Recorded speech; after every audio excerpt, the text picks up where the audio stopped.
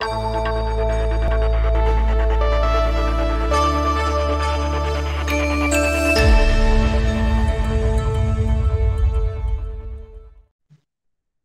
sejahtera saya ucapkan kepada semua hadirin sekalian.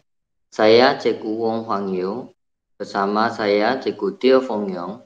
Pada hari ini, saya akan membentangkan kajian tindakan kami dengan isu kekangan pelaksanaan pembelajaran berasaskan projek, iaitu PBP, bagi pembelajaran dan pengajaran di rumah kelas 5 Anggrek dalam situasi pandemik COVID-19.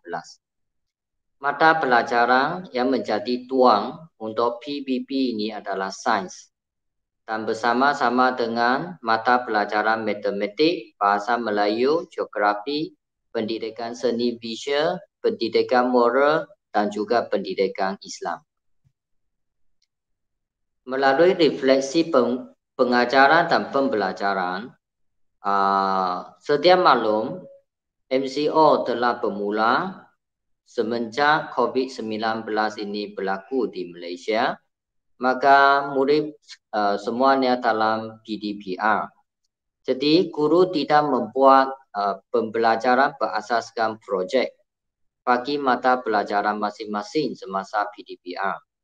Dan pada masa yang sama, guru-guru juga tidak memberi tahap penguasaan 6, TP6 kepada murid dalam PBD kerana murid tidak bersemuka dan tidak dapat membuat projek sehingga melayakkan mereka mencapai TP6 sewaktu PDPR.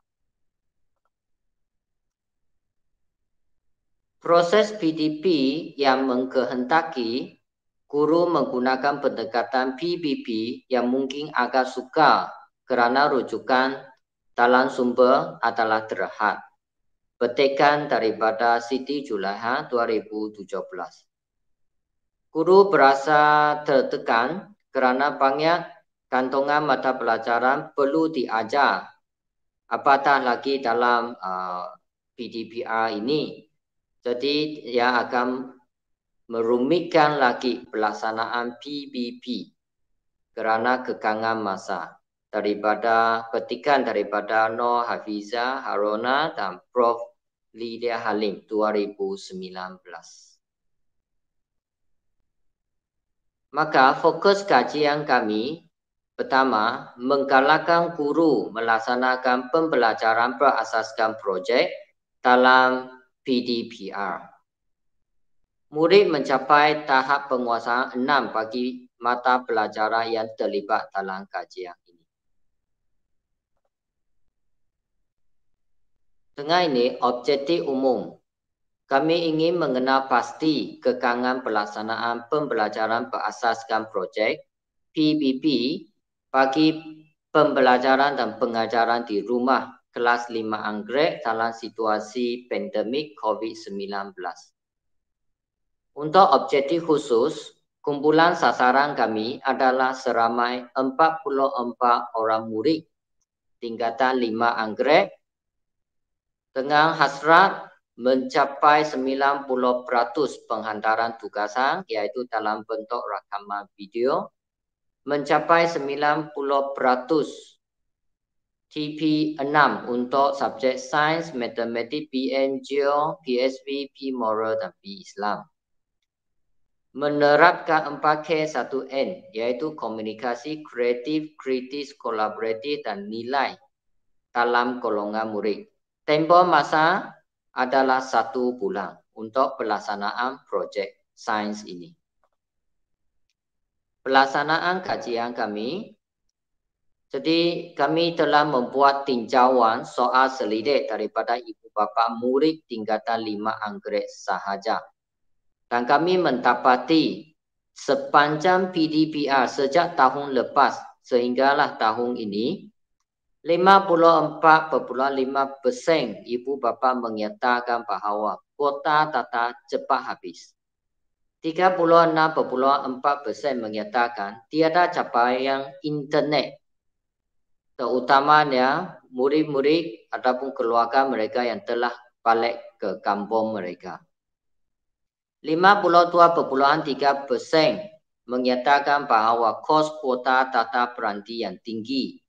Ini kerana ibu bapa sentiasa membeli reload untuk anak-anak mereka untuk menghadiri kelas Google Meet waktu PDPR.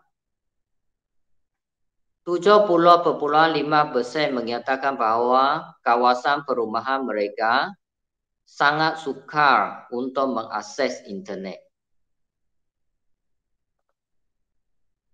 Seterusnya, kami membuat tinjauan lagi melalui guru-guru pula. Guru-guru subjek tingkatan 5 anggrek. Di sini saya letak skala 1 menyatakan tidak setuju, 2 kurang setuju, 3 setuju, 4 sangat setuju. Jadi yang pertama, guru selalu melaksanakan PBB dalam PDPR. Min skor hanya 1,18. Maka majoriti guru menyatakan tidak setuju. Mereka tidak dapat melaksanakan PBB dalam PDPR. Yang kedua, murid berupaya mengaplikasi subjek lain mencari isu yang dapat membantu mereka menyelesaikan masalah. 1,45 min skornya.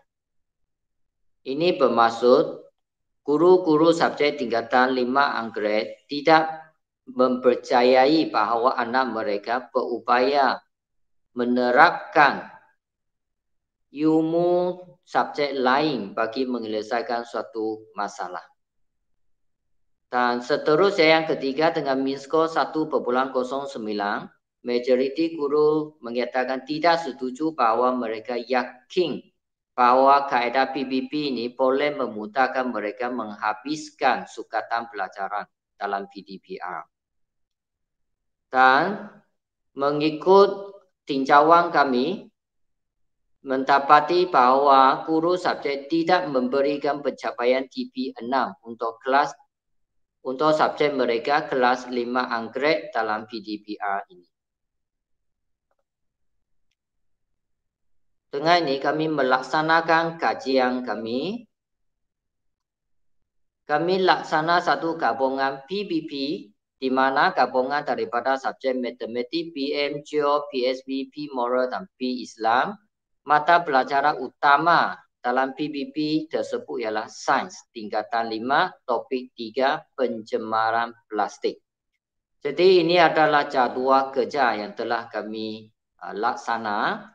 Pertama, kami sudah berbincang dengan semua guru subjek yang terlibat mengenai TSKB, petikan TP6 dan juga hasil yang dihasratkan. Seterusnya, pengajaran bimbingan berlaku sewaktu PDPR subjek mereka. Dan juga rubrik penskoran sudah diwujudkan oleh semua guru yang terlibat. Seterusnya, kami ada melaksanakan perbincangan dengan murid agar murid boleh membuat perbincangan dalam kumpulan masing-masing, penghasilan video dan juga penghasilan projek. Seterusnya, penilaian PBD diberikan oleh guru subjek dan juga penskoran kumpulan oleh guru subjek, di mana murid-murid semua sudah menghantar video-video mereka ke Google Drive. Dan seterusnya, penghantaran penilaian PBD dan skor kumpulan ke Google Drive. Dan seterusnya, kami ada membuat tinjauan semula, yaitu menggunakan soal selidik berkenaan keberkesanan intervensi ini. Indikator bagi menentukan keberkesanan intervensi kami, yang pertama, 90% murid mencapai TP6 untuk 7 mata pelajaran. Yang kedua, penjimatan masa guru dan murid. Kami akan mengumpul keberkesanan ini melalui soal selidik guru dan murid. Dan yang ketiga, kami akan mendapat maklumat dari rubrik penskoran kemenjadian murid, yaitu hasil rakaman video pembentangan murid. komunikasi dan kolaboratif yang berlaku, pemikiran kreatif dan kritis, penerapan ilmu murni, nilai-nilai murni, kemahiran teknologi dan digital juga. Dalam pelaksanaan ini kami menghadapi satu masalah yaitu seorang murid di mana dia tidak aktif dalam kumpulan, tidak melibatkan diri dalam tugasan. Jadi perbincangan telah dibuat antara ibu bapa dengan cikgu sains dan juga dengan murid. Dorongan diberikan oleh guru sains dan murid tersebut telah menyiapkan projek sains. Pembentangan murid dalam video tidak menyeluruh. Jadi saya meminta semua guru subjek memberikan komen dalam rubrik penskoran. Dan guru telah memberikan berbagai komen dalam pembentangan murid. Jadual kegerapan dan graf yang ditunjukkan dalam video itu dalam masa yang sangat singkat. Maka saya meminta semua kumpulan menghantar gambar jadual kegerapan dan graf yang dilukis ke Google Drive untuk semakan semula. Refleksi kajian. Sebelum intervensi, majoriti ibu bapa menghadapi berbagai masalah dalam PDBR. Selepas intervensi melalui tinjauan semula, didapati bahawa 100% murid menggunakan WhatsApp, di mana WhatsApp tidak memakan data yang tinggi. 100% kumpulan telah menghantar video dan mereka tidak perlu membuat pembentangan sewaktu Google Meet. Ini telah mengurangkan penggunaan data mereka.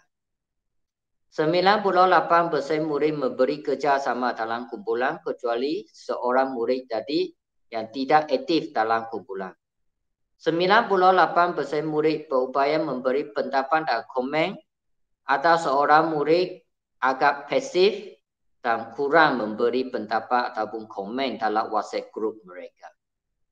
100% murid telah mempelajari kemahiran teknologi kerana mereka sudah pandai mencari maklumat melalui internet, melalui YouTube untuk mencari idea pembinaan produk mereka, menggunakan berbagai jenis aplikasi untuk menghasilkan video pembentangan mereka.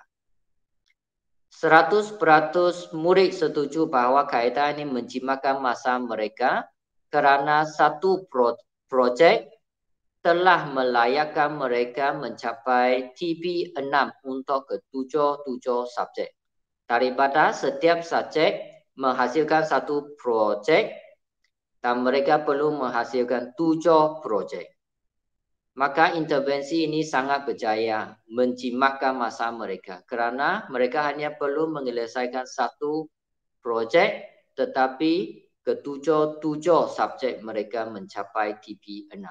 Sebelum intervensi, majoriti guru tidak melaksanakan PPP dalam PDBR, tidak percaya kepada murid, tidak yakin bahawa kaedah PPP boleh memudahkan mereka habiskan sukatan mereka dalam PDBR dan guru tidak memberikan TP6 sewaktu PDBR.